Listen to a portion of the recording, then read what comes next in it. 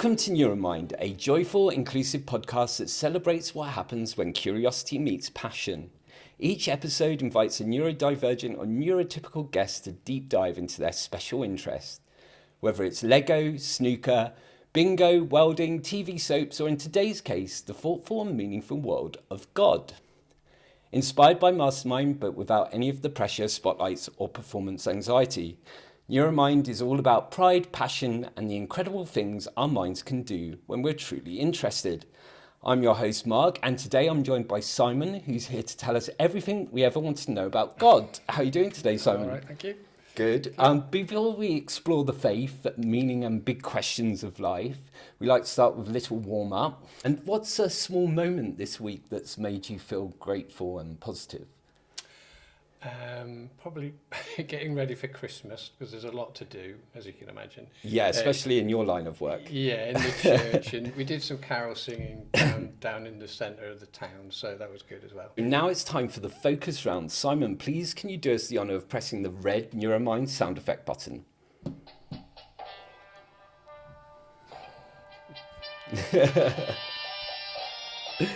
Okay, here are your questions. What first got you interested in the idea of God, and what keeps that interest alive for you today? It started with love, really. Mm-hmm. That's always a good place to start with God. And it was the love of my wife, because when we went to get married, the vicar there, Clive, said, why don't you go on a Christian course called Alpha? We actually ended up doing the course twice. It was that good. Okay, so it only started for you after getting married then? Yes. This so journey. quite late to faith. Okay, so what did you do before? Well, a design engineer. Oh, okay. Yeah. So it's quite a change for you. Yeah, big change. Yeah. Some transferable skills, not that many. But when you think about God, what feelings or images come to mind? Not a guy in a cloud with a beard. Right, absolutely not. No. Most people think that the best image of God that we have is Jesus. Right. And it says throughout the Bible that we are made in the image of God. Yes. So if we want to see God, the best way to do that is to not only look at Jesus, but to look at each other. Okay. Anything good that we do is a reflection of God's image in us, in the world. Okay, so it's like a metaphor in a way. Yeah. Okay. How does your belief in God influence your everyday life or decisions you make? Well, the world's quite a scary place. And day to day, I think fear drives a lot of what people do. Especially on social media. Yeah. Fear of, losing people, losing your job or possessions or even your life. And one of the messages that's repeated over and over and over in the Bible, I think it's the most quoted phrase, is do not be afraid. And I think if something's repeated a lot, it means it's important and we should listen to it. So I like to think that I live without fear in my life, which is really helpful in living out your life, because I think a lot of the bad things that go on in the world are a result of fear. Yeah, actually, if I get scared about something, I don't feel like I'm quite myself, so I can understand that entirely. Is there a moment where you felt especially connected to your life or spirituality in general? Well, that changes. I think at different points in my life I felt closer and more distant to God. But I think more recently, the most powerful moment was at my ordination. Okay, so explain what that is, because not everyone will know. So it was 3.5 years ago. So, right. After you've done your training, while you're an ordinand, it's called, you then get ordained to a deacon. Right. A deacon's just another word for a server. Right. And then after a year of being a deacon and being a server, you are ordained to the priesthood. Okay. So it's like school, but for vicars. And yes, kind of. Training is the school bit, and then you sort of become an apprentice. Right. And then with each of those deacon and a priest, they have different responsibilities which they can carry out. Right. Okay. So your responsibilities increase as you yes learn more yes, and exactly. gain qualifications. Experience and to check that everything's okay. Right. As well. Okay. Cool. And during that service of ordination, the bishop lays his hands on your head and says, we call down the Holy Spirit for Simon to work out and carry out the work of the Holy Spirit in this place. And those sort of powerful words have stayed with me. Yeah. Because I think a lot of people don't get the opportunity to publicly acknowledge and also have an organisation acknowledge in them their purpose in life. Yeah, maybe people could learn something from that and do that in the workplace. More thoughtful actions. Yeah. Okay, so what questions about God do you find most interesting to explore? Well, the hardest question that any theologian will tell you is that of the Trinity. So the Trinity, for those that don't know, is the Holy Spirit, Jesus and God the Father. Usually it's Father, Son and Holy Spirit. That's how we normally refer yes, I recognise that. The three persons or attributes of God. And it's a really interesting question to think about, because we have to try and explain why Jesus, who is said to be fully human, is also fully God. Right. And how do you square that round? How can God die, as Jesus died? How does that work? And it's interesting because quite often it's called Heretical Sunday, because quite often you can say the wrong thing or get your doctrine wrong about what you're saying about the Trinity, because it's very much at the heart of how we understand God. Yeah, because there's only one God, but the Holy Trinity is in three. So it's sort of confusing in some ways. One God in three. But open to study and interpretation, Absolutely, do you think? yeah. Okay, great. Okay, do you have a favourite place or activity that helps you feel calm, spiritual or reflective? Not an individual place, but I would say definitely out in nature. Like a lot of people who have got a faith, they find that being out in nature, seeing the world, hopefully, as God intended. And so like the cathedral of nature. Yeah, if you like. Yeah. So I mean, hopefully, if you went to some raw, untouched wilderness, you'd be like, this is as God intended, as much as it can be, Absolutely, I've definitely felt very spiritually connected to places in nature for sure, but even also in cathedrals as well, like the whole sort of grandness of it all. But then mostly in nature, I think, for me, which is the same for you, right? Yeah. How do you think people can grow kindness or hope in their lives, whether they believe in God or not? Well, I think I would use the golden rule, which comes from the Bible, which is basically do unto others as you would have do unto you. So basically, treat others as you want to be treated.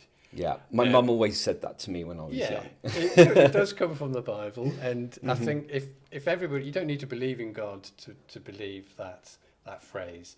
And I think a lot of the things which would happen in the world would stop overnight, wars, abuse, hatred, anything, murder, just hateful words and unkindness, because if people actually took those words to heart, I think a lot of things would change quite quickly. Speaking truth to power there, because I think people who have power perhaps could do with that advice, couldn't they? Absolutely. Yeah, 100%. If you could ask God one question and get a clear answer, what would you ask? That's a really hard one, because I think it's the question most people would ask if they've ever had any sort of inkling or wanting to find out more about faith. Because obviously initially you come up with lots of reasons and you sort of debate with yourself about things. And that's the point about suffering. Why is there suffering? Why is it that, a baby can have a virus that mutilates them and it's really hard?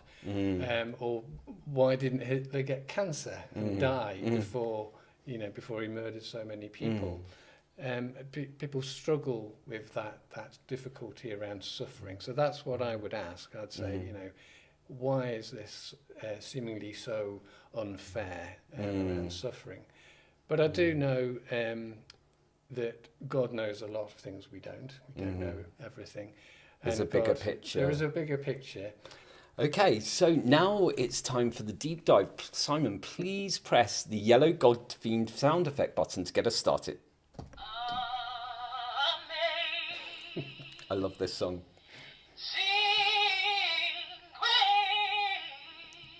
I wish I could sing those notes. This is a chance to go beyond the questions and explore why faith means so much to you.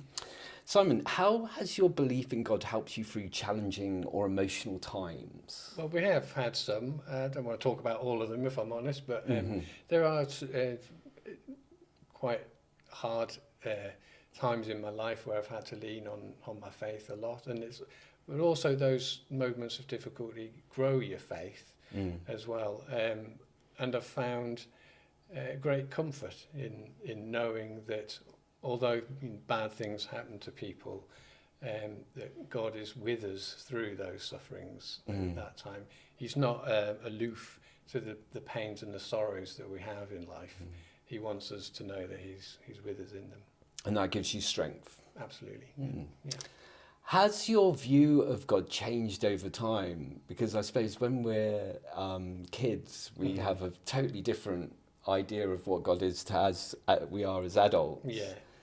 It has, and although I like artists and paintings and things, they haven't really helped the cause because there's a lot of artistic interpretations of the image of God, and most people, you think of an old white man with a white beard sitting on a cloud, surrounded by harps and things. Yeah, it's not a particularly helpful image, to be honest. No, it makes me think of. Do you remember when they discovered the Higgs boson particle and they called it the God particle? And I kind of thought to myself, that's quite interesting that they nicknamed it that, actually, because I guess it's one of the smallest things we've ever found. I think so. Yeah. But that makes total sense to me. Like it's everything and all around us in a way. Yeah. Okay, so time for the Neuro Quickfire. Simon, please hit the purple God-themed sound effect button to get us started.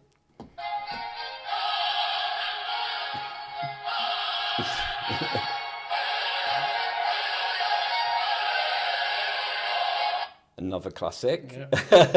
This is a lightning round of choices. However, if you can't decide, please feel free to say skip. Ready? Okay, yeah. Quiet reflection or lively discussion? Lively discussion. Reading the Bible or singing hymns? Singing hymns. Yeah, they're more jolly, aren't they? Although reading the Bible has its jolly moments as well. It does. But I think singing hymns is the most jolliest. There's a lot of teaching in hymns as well that people don't always realise, is that it's a way of helping us remember what we're taught. Maybe you can learn a lot more from a hymn than you can from reading the Bible in some senses. As long as the hymn's good. Yeah. Simon, please press the pink God-themed sound effect button to wrap things up. Okay.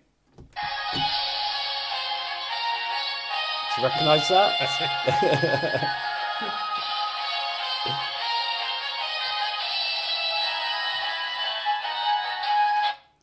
Songs of praise for those who don't know that tune. Okay, so thank you so much, Simon. Today you've officially earned the title of Neuro-Mind Spiritual Explorer. Before we finish, please spin our Wheel of Fortune to see what prize you're taking home. Okay. Oh, mystery dip. Okay, so hopefully it's something God-themed.